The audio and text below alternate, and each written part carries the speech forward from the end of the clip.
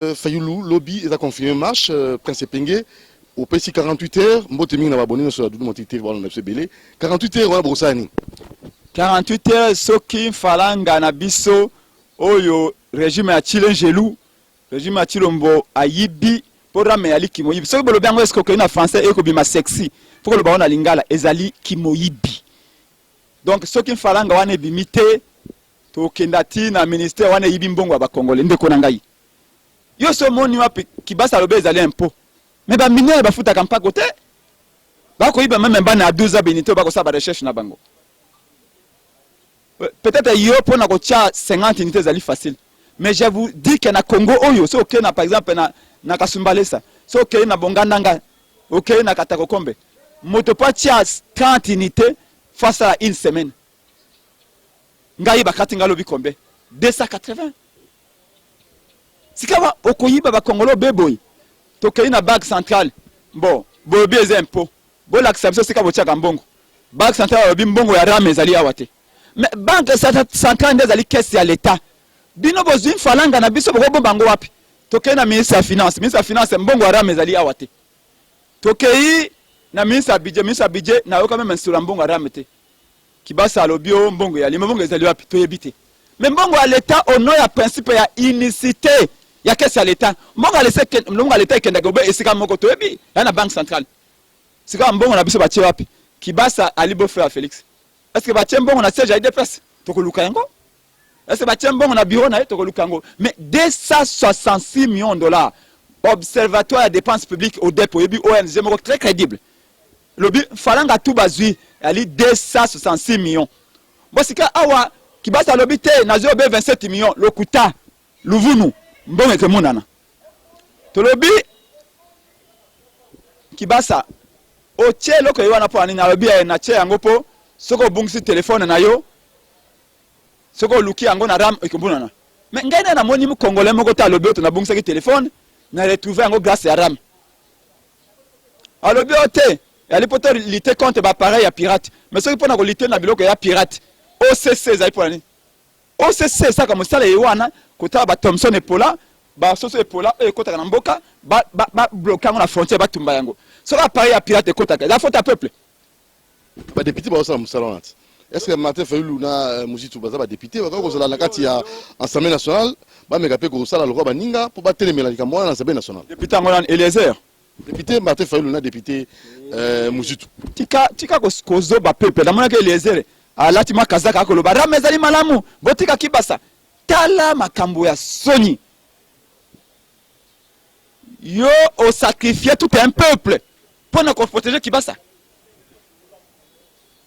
o protéger tout o sacrifier tout un peuple ce que zut ali alobi bato wana téléphone ba ali 38 à 40 millions ce que zut 40 millions de Congolais bana sim bana téléphone aujourd'hui ata $1 par mois ça fait combien 40 millions de dollars chaque mois. Oh bakataka elo moko $3 elo moko bakati $5 ndeko na ngai bayiba ba Congolais mais kimoyibi ya ram ezali même une honte pour la nation. Donc tokopesa bango ultimatum na marche à lobby 48 heures ceux qui falanga ram bimité peuple na bango ekoyinda. Alors dépolitisation et si alobaki on a na meeting lobby la marche sous car même message monotonie te monotonie na politique ya la raté ya ko la CTT c'était ce que ko tan libaya te basaka nini ba ko bete te ekodinda to ko bete CTT mbata sa ko tiango non nani mbata yo oyebi Shadara aloba na biso mende aloba likolo ko ya te zero kende te mende azaliwa pa komo luka mosala lokola mwana moke inyo sake pe na aloba na binote inyo sake ya Titanic moto ko inyo sake zana gérer le sauvetage na pourtant ko dinda bendana bino bokomi FCC katumbi moi katumbi lelo abi à partir lelo ngai na bendani to sala évaluation moi to loba na bino ba Eliezer wana tu ba nembalemba balobaka to bengani mabunda inyosa kele ko tonga mboka obi bazaki $1000 par député pas de preuve na bi wembi moninga no journaliste alobini na bi wona moni FCC ba FCC ce qui falanga ya lita so fini butata okendete FCC sali déclaration contre Denika Dima lelo to zana image wana côté au Pébino vous allez côté les mains contre Denika Dinda FCC Martin Fayulu alliance Toté te FCC Martin Fayulu Alliance Toté te na tunyo motuna mituna basalango lelo bino lobby mituna yali ya yo biyano ya ngai me na zong selo pe sika mutuna yali ya ngai biyano ezala ya yo mutuka oyo oya couleur nini oyo couleur nini mutuka oyo c'est pas grise na moni couleur nini tala téléphone na ngai eza noir non ngai na moni yango noir na ali moyi politique ala muka yo ali journaliste soki na tunyo téléphone ya couleur nini koloba nini te omoni nini eza noir non ngai na moni eza noir yo po moni eza noir non est-ce que vous êtes obligé koloba eza rouge parce que yo eza politicien lokola ngate c'est ça moni ke ali mabe ba bantabate même ça na kuta bongo la motema biso po to moni ya mabe soki c'est ça moni ke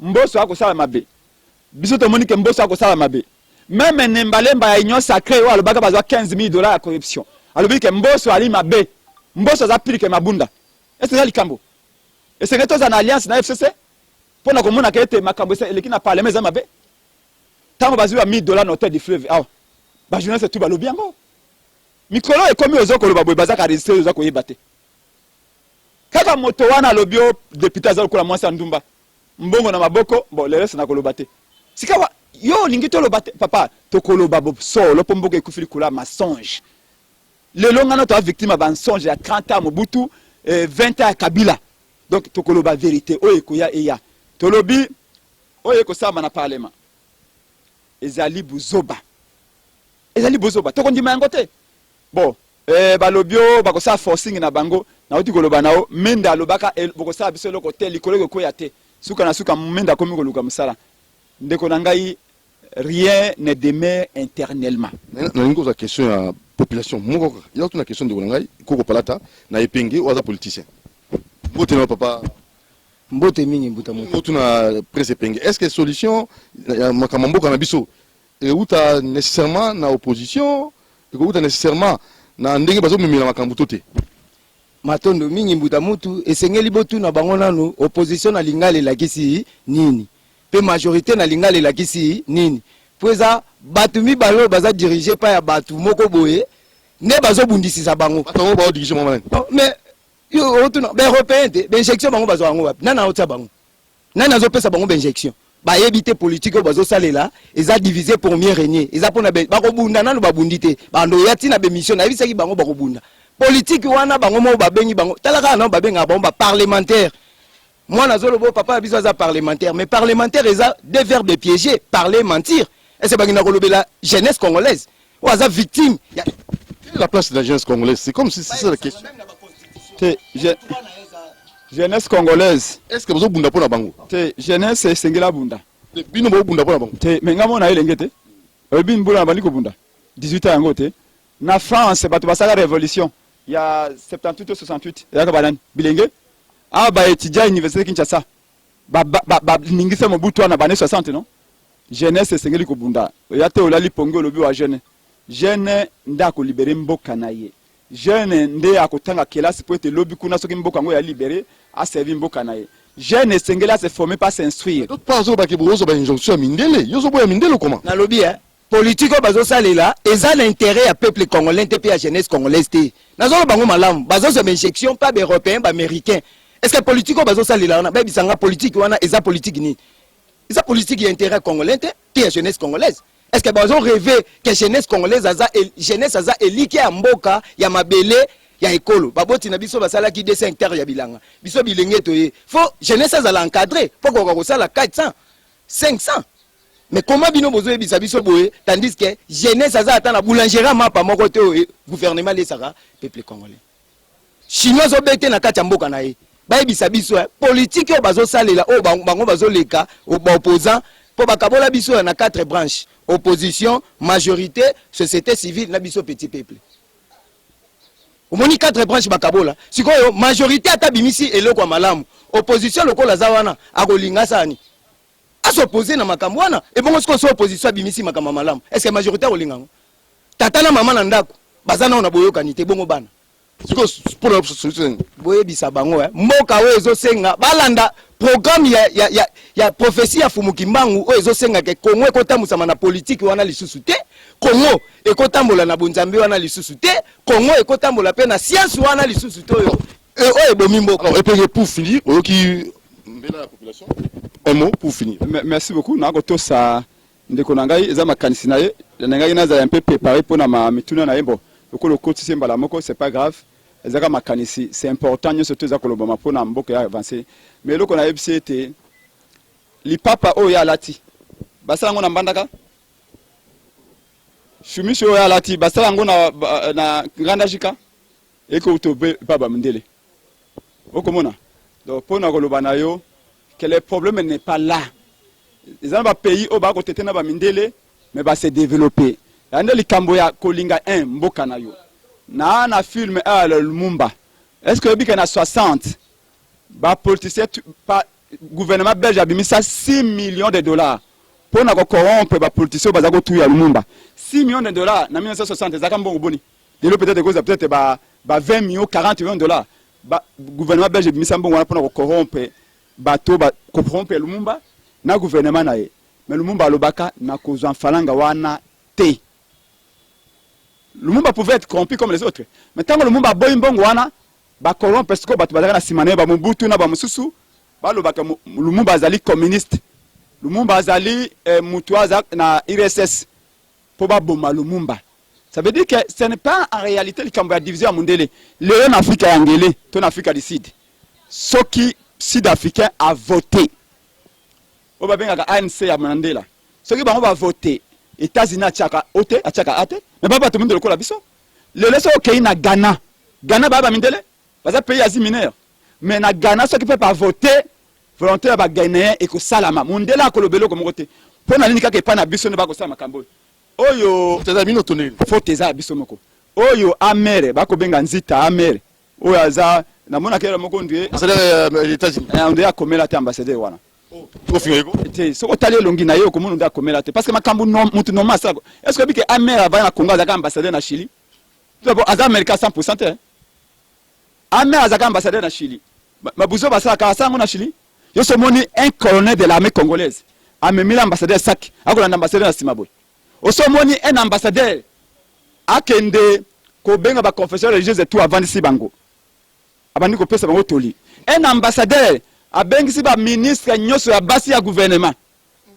Na jardin na ye. Na ambassade. Et puis na ka ba ministre kitoko wana basi même maman d'ambassadeur bazali na kati.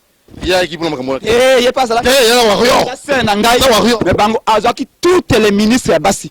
Un ambassadeur yango moni bakomo benga vice-président de la RDC. Ce que tu veux en voyage, yo mdajira kamboka na simana. Un ambassadeur qui ko visite. Sommes-nous indépendants oui ou non? Yango na ko lepsa pour la première fois dans l'histoire du monde. Azui Félix Awa, premier voyage à Félix aux États-Unis. A quel qui va? Azui Félix habite aux États-Unis. Ba comme aux États-Unis pour na kende ko faire visiter cimetière ya papa na ye. Cimetière d'Arlington. Premier voyage à Félix aux États-Unis. C'était pour visiter le cimetière. Et c'est que va bêter fanfare. Dans le cimetière, va bêter mon fanfare. Mobutu tout azalaka. On pouvait l'amener par un ambassadeur ici, à qu'on faire visiter le cimetière. Mais le président américain Zali, Ayambi Félix était, mais Félix a cessé de visiter dans le cimetière. Ça veut dire quoi? Biso moronde toko fongola banzela. C'est quoi Zabolo? Zabolo pas contre nanda kunayo. Il faut fongoler la porte. Que faire maintenant pour nous aussi ça mambo? Yangomoni mutu na tout. Que faire? To bandana o est plus important. To respecter volonté à peuple. Au moins le peuple. À cause d'un kizengi.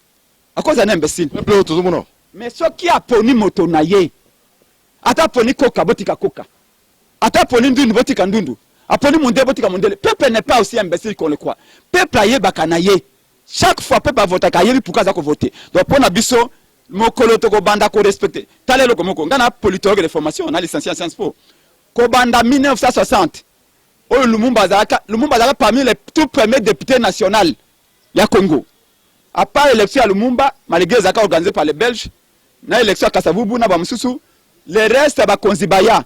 Premier coup d'état Mobutu, Zaka na 60. Deuxième coup d'état Mobutu na 65. Na Oyo Landa, Zako Beba coup d'état. Kabila a fait coup d'état na 2006 contre Bemba. A fait coup d'état mi balé contre Etienne Tshisekedi wa Mulumba. A fait coup d'état mi Sato contre Martin Fayulu. Bakonzibaya tout bazabi légitime. Yango moni na exposé de motif à constitution balobi mboka o ezali ko beba bituma mikolo nyos likolo ya illégitimité ya bakonzi pe ba institution. Ça veut dire quoi? Bakonzi bas ba okamba biso depuis 60. Bazali obe batu ba nommé. Olanda qui est ambassadeur italien à Koufi à parc. Bah confrère na bino à France 24 balobini. Ba bi pose à mon conseil na Kisasa, il faut qu'Agame appelle sa bénédiction. Est-ce que c'est normal? Moi aussi l'année. Mais et que si la tango biso moko aba to za décision à Koloba, totika ko za manipuler. Mais quand? Mais yango to ko buda pona 2026. Ya boy no ça. Non. To samedi au fond na moi si na ba na te pour faire des sika mon ndako. Pour ça qui meeting. Mais yo ko luko de Paris non? Pour Paris comme Gagne na biso ngana ko yote. yo kate oko lenga na mutu na tika na peso ya no otunika no? Pour ça qui meeting. Au fond na samedi. Ko luko de Paris. Ça la marche pour la musu. Tika ko ça G ya État Moini. Oko luko de Paris. Oko luko de Bruxelles. Oko luko de Washington. Pour parier comme kitoko ndengo wana. Batu ba bunda pour na Paris bayali. La français ba sala 4 révolutions. Au moins Paris wana comme na ngali boso nommé en Lites. Le village a 20 000 habitants. Paris est comme kitoko pour batu ba sali boy ba nyokami, ba sali bitumba, ba sali ba marche, ba sit-in, ba commune de Paris. Ba prise de Bastille pour na Paris comme kitoko. Toko bunda pour na Congo le Congo peut dans 30 à 40 comme kitoko. Merci beaucoup. Et ko bima lokola paradis te. Yango to tambola lobby, rendez-vous na Kianza na Ngaba isika iwana balobi to saka marche obe na Changu. Siko to ina Moamba. Yaka lobi na Kianza na 9h, 8h, 7h. Tant mokonza mboka matefalo koya ukomona bulumbu ya Nkoba na tonji botoni. Merci Penge. Matondo mingi tolobi boya. Congolais akobika nete po babimisi na nzela to na balabala. Lipapa pe yango eza conscience ye. Oyo kobikisa Congolais te. Po lipapa eza na lingala bakoko déjà basala ki lipapa. Po ba l'âge de métaux, ba l'âge de la pierre taillée ezalaki bango te. Biso nde ba premier inventaire o to sala bilamba. Eze lamba te. To solo bela likamu ya moka makambo ezo bebisa. Moka lolenge mboka ezokeni. Bakabola bango baza ba majoritaire na opposant. Yango kuna na parlement bazalaka ba parlementaire. Parler et mentir, ils ont des verbes piégés batela bango kuna. Ils ont pour la solution à koluka Congo zo senga tozonga na origine na biso. Mokonza mboka ye ba politique nini o bakoko basalela ko etamusa. Po Congo zo senga etamola na politique o etamusa ka yango na bosomi. Etamola na bonzambe oyo ezo senga Congo etamola. Mais bakoko na biso bangala babenga kinza komba batu na batu bayeba kinza me. Hein? Pe science o classe o ba école nyons faut pas changer programme scolaire. Réforme. Merci Coco Palata, merci Penge, Doudou Monti vous aime beaucoup, abonnez-vous.